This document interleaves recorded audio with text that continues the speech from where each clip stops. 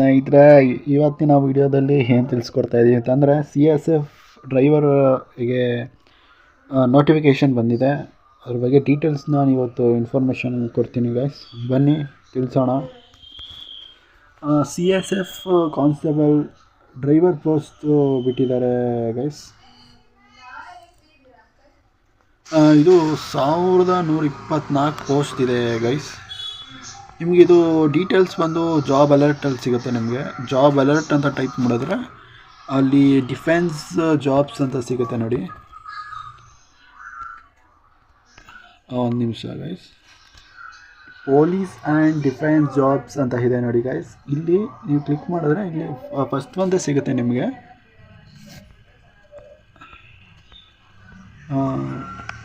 ಬನ್ನಿ ಗೈಸ್ ತಿಳಿಸ್ಕೊಳ್ತೀನಿ ನಿಮಗೆ ಯಾವ ರೀತಿ ಇದೆ. ನೋಟಿಫಿಕೇಷನ್ ಇದೆ, ಡೈರೆಕ್ಟ್ ನೋಟಿಫಿಕೇಷನ್ಗೆ ಹೊಂಟೋಗೋಣ. ಇಲ್ಲಿಂದ ನೋಡೋಣ. ಬನ್ನಿ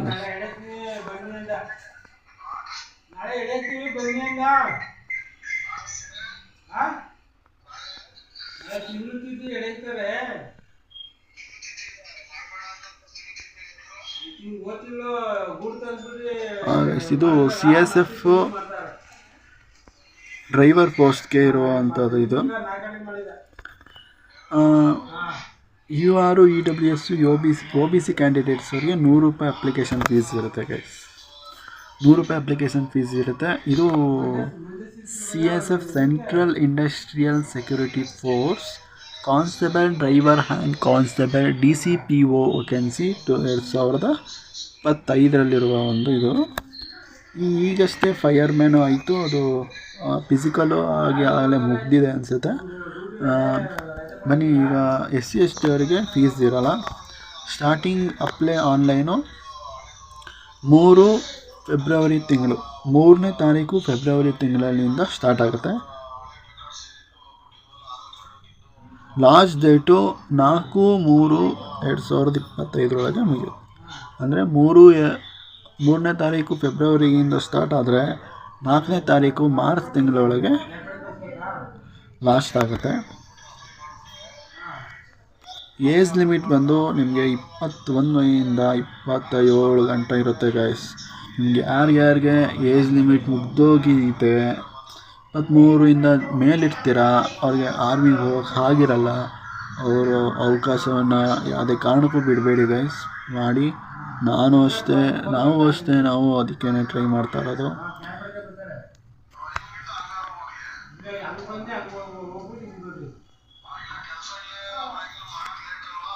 845 matriculation or equivalent qualification from a recognized board. Constable driver ಎಷ್ಟು ಪೋಸ್ಟ್ ಇದೆ? ಕಾನ್ಸ್ಟೇಬಲ್ ಡ್ರೈವರ್ಗೆ 845 ಪೋಸ್ಟ್ ಇದೆ. ಸರ್, ಇನ್ನೊಂದೇನೆಂದರೆ ಗೈಸ್, ನೀವು ಕಾನ್ಸ್ಟೇಬಲ್ ಡ್ರೈವರ್ ಪೋಸ್ಟ್ಗೆ ಅಪ್ಲೈ ಮಾಡಬೇಕಂದ್ರೆ ನಿಮ್ಮ ಹತ್ರ ಲೈಸೆನ್ಸ್ ಇರಲೇಬೇಕು. ಕಡ್ಡಾಯವಾಗಿ ಲೈಸೆನ್ಸ್ ಮಾಡಿಸ್ಕೊಂಡಿರಿ. ಲೈಸೆನ್ಸ್ ಇದ್ದರೆ ನೀವು ಆರಾಮ್ಸೆ ಪಡ್ಕೊಬೋದು ಡ್ರೈವರ್ ಪೋಸ್ಟನ್ನ. ಇಲ್ಲ ನಿಮಗೆ ಡ್ರೈವರ್ ಪೋಸ್ಟು ಅದು ಗೊತ್ತಿಲ್ಲ ಗೈಸ್. ಅಂದರೆ ಒಬ್ಬರು ಕೇಳಿದ್ರೆ ಡ್ರೈವರ್ ಪೋಸ್ಟ್ ನನಗೆ ಇಷ್ಟ ಇಲ್ಲ, ಅಲ್ಲಿ ಬೇರೆ ನನಗೆ CSF ಕಾನ್ಸ್ಟೇಬಲ್ ಬೇರೆ ಕೆಲಸ ಇದ್ದರೆ ಆ ಥರ ಏನು ಮಾಡ್ತಾರೋ ಅದು ಗೊತ್ತಿಲ್ಲ ಗೈಸ್. ಏನು ಮಾಡ್ತಾರೋ ಒಳಗೆ ಹೋದ್ಮೇಲೆ ಅದು ಗೊತ್ತಾಗೋದು ನಮಗೆ. ಇಲ್ಲಿ ಪೋಸ್ಟ್ ನೇಮ್ ಇರೋದೇ ಡ್ರೈವರ್ ಪೋಸ್ಟ್ಗೆ. ನಿಮಗೆ ಆರ್ಮಿ ಬಟ್ಟೆ ಎಲ್ಲ ಕೊಡ್ತಾರೆ ಗೈಸ್, ಅದೇನಿಲ್ಲ. CSF ಏನು ಬಟ್ಟೆ ಇರುತ್ತೆ ಆ ಡ್ರೆಸ್ ಕೂಡ ಇರುತ್ತೆ ನಿಮಗೂ. ಮಾಮೂಲಿ ಎಲ್ಲಿ ಅವರು ಕೆಲಸ ಮಾಡ್ತಾರೆ, ಯುದ್ಧ ಮಾಡೋಕ್ಕೆ ಎಲ್ಲಿ ಕೆಲಸ ಮಾಡ್ತಾರೆ ಅವ್ರ ಜೊತೆನೇ ಇರ್ತೀರ ಗೈಸ್. ಜಸ್ಟ್ ನಿಮಗೆ ಅವರು ಅವ್ರನ್ನ ಕರ್ಕೊಂಡೋಗಿ ಬಿಡೋದು, CSF ಅವ್ರನ್ನ, ಅದೇ ರೀತಿ ಇರುತ್ತೆ ಅಷ್ಟೇ ಗೈಸ್, ಇನ್ನೇನು ಇಲ್ಲ. ಡ್ರೈವರ್ ಕಮ್ ಪಂಪ್ ಆಪ್ರೇಟರ್ 2ನೇ ಪೋಸ್ಟ್ 279 ಪೋಸ್ಟ್ ಇದೆ ಗೈಸ್. ಈ ನೋಟಿಫಿಕೇಷನ್ ಅಂತಿದೆ ನೋಡಿ ಗೈಸ್. ಇಲ್ಲಿ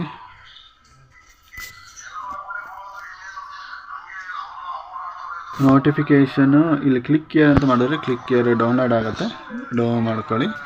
ಬನ್ನಿ, ನೋಟಿಫಿಕೇಷನ್ ಆಲ್ರೆಡಿ ಡೌನ್ಲೋಡ್ ಮಾಡಿದ್ದೀನಿ, ಡೌನ್ಲೋಡಲ್ಲಿರುತ್ತೆ. ಬನ್ನಿ ಗೈಸ್ ನೋಡೋಣ, ಸ್ಟಾರ್ಟ್ ಮಾಡೋಣ.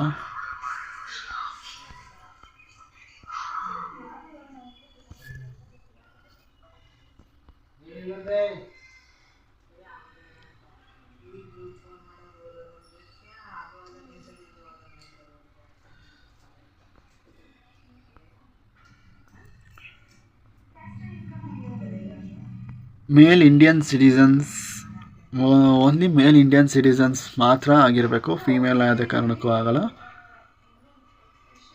ನಿಮಗೆ ಪೇ ಲೆವೆಲ್ ಸ್ಕೇಲ್ ಫಸ್ಟೇ ಸಂಬಳ ಕೊಟ್ಬಿಟ್ಟಿದ್ದಾರೆ, ನಿಮಗೆ ನೋಡ್ಕೊಳ್ಳಿ ಬೇಕಾರೆ. ಲೆವೆಲ್ 3 ಇನ್ ಪೇ ಮ್ಯಾಟ್ರಿಕ್ಸ್ 21,700, 69,100 ರೂಪಾಯಿ ಒಳಗೆ ನಿಮಗೆ ಪೇ ನಿಮ್ಮ ಸ್ಯಾಲ್ರಿ ಇರುತ್ತೆ.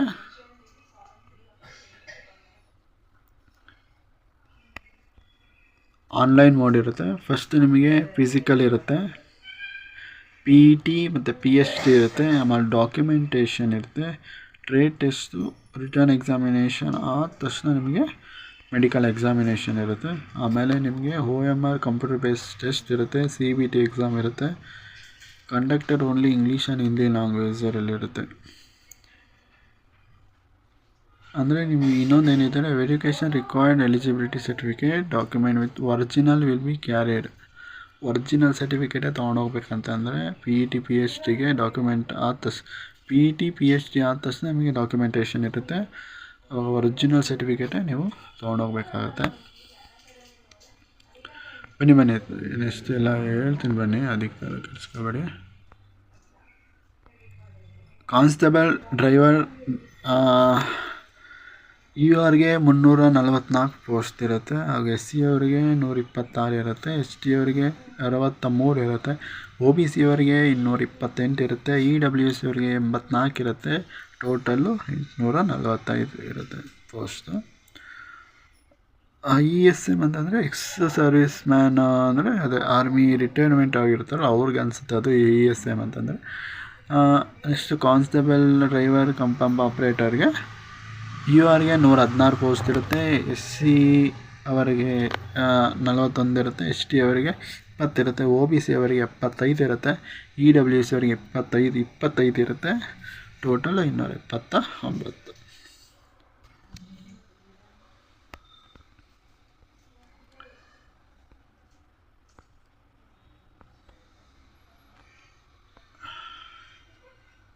ಮಾಮೂಲಿ ಸೈಲೆಂಟ್ ಫ್ಯೂಚರ್ಸ್ ಇದರಲ್ಲಿ ಏನಿದೆ ಅಂದರೆ guys, call operator admit stages requirement mentioned below will be.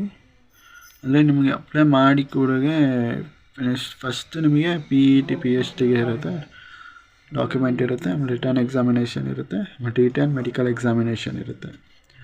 ಆಮೇಲೆ ನಿಮಗೆ CBT ಎಕ್ಸಾಮ್ ಇರುತ್ತೆ, CBT ಎಕ್ಸಾಮ್ ಬರೀಬೇಕಾಗುತ್ತೆ. ನೀವು CBT ಎಕ್ಸಾಮ್ ಬರ್ಕೊಳ್ಳಿ. ವಯಸ್ಸು ನಿಮಗೆ ಹೇಳಿದೆ, ನಾನು ಮುಂಚೆನೇ ಹೇಳಿದ್ದೀನಿ, 21ರಿಂದ 27 ವರ್ಷ ಇರಬೇಕಾಗತ್ತೆ. Rank of GD constable, GD general duty for a government service including service ISF rank constable, GD constable, fire constable, tradesman up to 40 years in the case candidate, 45 years case scheduled caste tribe candidates provided they have 3 years continuous service complete their probation.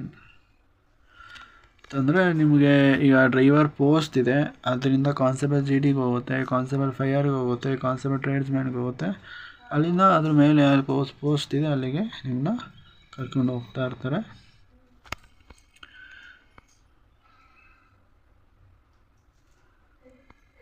Education qualification ಏನು ಕೇಳಿದ್ದಾರೆ, just ನೀವು 10th pass ಆಗಿರಬೇಕು ಅಥವಾ PUC pass ಆಗಿದ್ದರೆ ನಿಮಗೆ ಈ CSFಗೆ apply ಮಾಡ್ಬೋದು. ನೋಡಿ, ನೀವು ಆಮೇಲೆ ಲೈಸೆನ್ಸ್ ಇರಬೇಕು ಅಂತ ಫಸ್ಟ್ ಹೇಳಿದ್ನಲ್ಲ, ನಿಮಗೆ ಲೈಸೆನ್ಸು ಕೇಳಿದ್ದಾರೆ guys. Driving licence heavy motor vehicle, transport vehicle, light motor vehicle, motorcycle with gear should have valid driving licence in the following type of vehicles. ಇಷ್ಟರಲ್ಲಿ ಯಾವ್ದಾರ ಒಂದು ಇದ್ರೂ ನಿಮಗೆ ಲೈಸೆನ್ಸ್ ಇದ್ದರೆ ಆರಾಮಾಗಿ ಅಪ್ಲೈ ಮಾಡ್ಕೊಬೋದು. ಲೈಸೆನ್ಸ್ ಇದ್ರೇ ನೀವು ಅಪ್ಲೈ ಮಾಡೋಕ್ಕಾಗೋದು. For general EWS SC OBC candidates ಅವರಿಗೆ 167 ಸೆಂಟಿಮೀಟರ್ ಇರಬೇಕಾಗತ್ತೆ. ಇದರಲ್ಲಿ ಹೈಟ್ ಕನ್ಸ್ಟ್ರಕ್ಷನ್ ಇದೆ ಗೈಸ್. ನೋಡಿ, ನೀವು ಯಾರು ಏಜ್ ಲಿಮಿಟ್ಟು ನಿಮ್ಗೆ ಹೋಗೋಕ್ಕಾಗಿಲ್ಲ ಅಂದರು ಪೊಲೀಸ್ಗೂ 168 ಇದೆ, ಇಲ್ಲಾಂದರೆ ಡ್ರೈವರ್ ಪೋಸ್ಟ್ಗಲ್ವ ಕೇಳ್ತಾ ಇರೋದು, ಹಾಗಾಗಿ 167 ಸೆಂಟಿಮೀಟರ್ ಕೇಳ್ತಿದ್ದಾರೆ. ಬೇರೆ ಇದರೆಲ್ಲ ಅಂದರೆ 170 ಸೆಂಟಿಮೀಟರ್ ಕೇಳ್ತಿದ್ರು, 167 ಸೆಂಟಿಮೀಟರ್ ಕೇಳ್ತಿದ್ದಾರೆ. ಪರವಾಗಿಲ್ಲ. ಮಿನಿಮಮ್ ಎಕ್ಸ್ಪೆನ್ಷನ್ ಆಫ್ ಚೆಸ್ಟ್ ಎಷ್ಟಿರಬೇಕಂದ್ರೆ 80 to 85 ಇರಬೇಕಾಗತ್ತೆ. ಇನ್ನು ಬೇರೆ ಸ್ಟೇಟವ್ರಿಗೆಲ್ಲ 160. ಇಲ್ಲಿ ಸ್ಟೇಟ್ಗಳು ಕೊಟ್ಟಿದ್ದಾರೆ, ನೋಡ್ಕೊಳ್ಳಿ ಯಾವ ಸ್ಟೇಟಿಗೆ ಎಷ್ಟು ಇರಬೇಕು ಅಂತ. 160 ಸೆಂಟಿಮೀಟರ್ ಇದೆ ಅವ್ರಿಗೆ. ಮೆಡಿಕಲ್ ಸ್ಟ್ಯಾಂಡರ್ಡ್ಸ್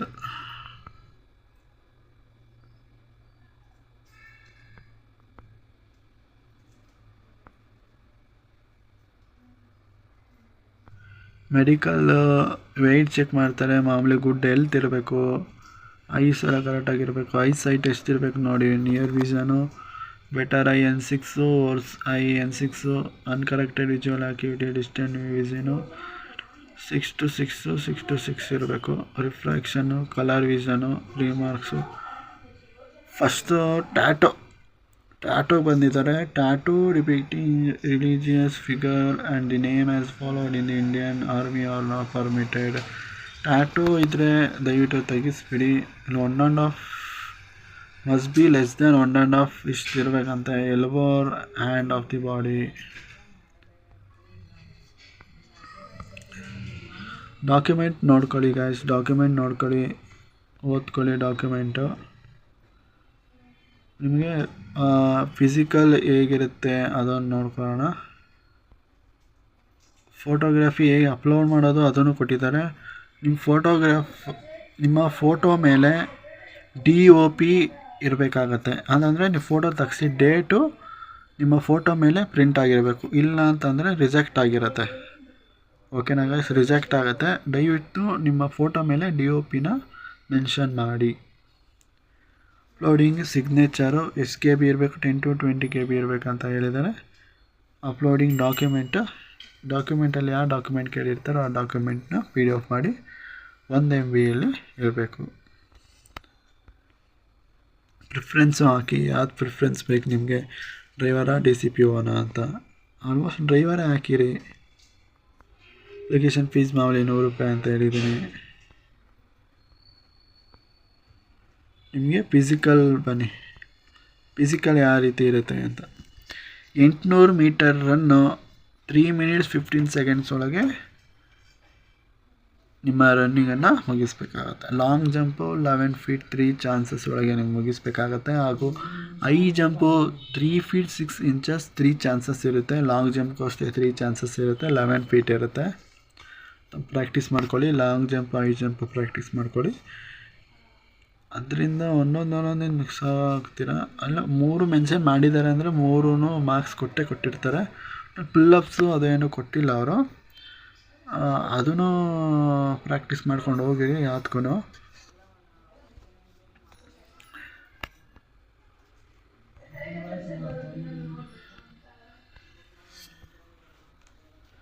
ಡ್ರೈವಿಂಗ್ ಲೈಸೆನ್ಸ್ಗೂ ಮಾರ್ಕ್ಸ್ ಇದೆ ಇಲ್ಲಿ.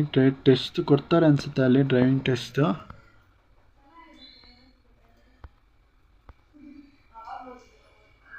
ಎಷ್ಟು ಅಲ್ಲಿ ಎಕ್ಸಾಮ್ ಯಾವ್ದು ಇರುತ್ತೆ ಅಂದರೆ general knowledge awareness 20 marks, knowledge elementary mathematics 20, analytical aptitude 20, ability to observe and distinguish 20, basic knowledge of English or Hindi 20 marks. Total 120 marks. 100 marks. Time 120, 120 minutes ಇರುತ್ತೆ. ಅಂದರೆ 2 ಅವರ್ ಟೈಮ್ ಇರುತ್ತೆ ನೋಡಿ. ಇಷ್ಟು ಡಾಕ್ಯುಮೆಂಟ್, ಫುಲ್ ಡೀಟೇಲ್ ಡಾಕ್ಯುಮೆಂಟು ನಿಮಗೆ ಹೇಳಿದ್ನಲ್ಲ. Job alert ಹೋಗಿ ಅಲ್ಲಿ notification ಅಂತ ಇರುತ್ತೆ, ಅಲ್ಲಿ ಕ್ಲಿಕ್ ಮಾಡಿ ಅಂತ. ಅಲ್ಲಿ ಕ್ಲಿಕ್ ಮಾಡ್ಕೊಳ್ಳಿ ಗೈಸ್. ಹೇಗೆ ರಿಜಿಸ್ಟ್ರೇಷನ್ ಮಾಡೋದು, how to registration for the first time ಎಲ್ಲವನ್ನು ಪ್ರತಿಯೊಂದು ಕೊಟ್ಟಿದ್ದಾರೆ. ಡೀಟೇಲ್ಸು ಏನೇನು ತುಂಬಬೇಕು ಎಲ್ಲವನ್ನು ಕೊಟ್ಟಿದ್ದಾರೆ. ಫಸ್ಟು ನಿಮ್ಮ ಡೀಟೇಲ್ಸ್ ತುಂಬಬೇಕಾಗತ್ತೆ. 2ನೇ ಅಪ್ಲಿಕೇಶನ್ ಫಾರ್ಮಲ್ಲಿ ನಿಮ್ಮ ಫೋಟೋಗ್ರಾಫು, ಸಿಗ್ನೇಚರು, ಡಾಕ್ಯುಮೆಂಟ್ ಅಪ್ಲೋಡ್ ಮಾಡಬೇಕಾಗತ್ತೆ. ಪ್ರತಿಯೊಂದು ಕೊಟ್ಟಿರ್ತಾರೆ ಇಲ್ಲಿ.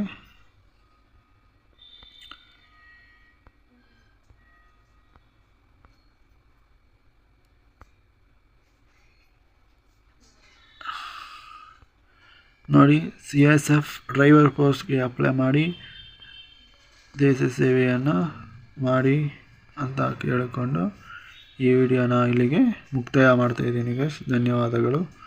ಯಾರು ಕೂಡಲೇ ಯಾರು ಸಬ್ಸ್ಕ್ರೈಬ್ ಮಾಡಿಲ್ಲ ಅಂತಂದರೆ ಈ ಕೂಡಲೇ ಸಬ್ಸ್ಕ್ರೈಬ್ ಮಾಡಿ, ಸಬ್ಸ್ಕ್ರೈಬ್ ಮಾಡೋದನ್ನ ಮರಿಬೇಡಿ ಗೈಸ್. ಡಾಕ್ಯುಮೆಂಟ್ ನಿಮಗೆ ಅಲ್ಲೇ ಹೇಳಿದ್ನಲ್ಲ, CSF ಜಾಬ್ ಅಲರ್ಟ್ಗೆ ಹೋಗಿ ಪೊಲೀಸ್ ಆ್ಯಂಡ್ ಡಿಫೆನ್ಸ್ ಜಾಬ್ಸ್ ಅಂತ ಅದ್ರ ಒಂದು ಇದಿರುತ್ತೆ, ಅದ್ರ ಮೇಲೆ ಕ್ಲಿಕ್ ಮಾಡಿ ಅಲ್ಲೋಗಿ ನೋಟಿಫಿಕೇಷನ್ ಅಂತ ಇರುತ್ತೆ, ನೋಟಿಫಿಕೇಷನ್ ಕ್ಲಿಕ್ ಮಾಡ್ಕೊಳ್ಳಿ. Okay guys.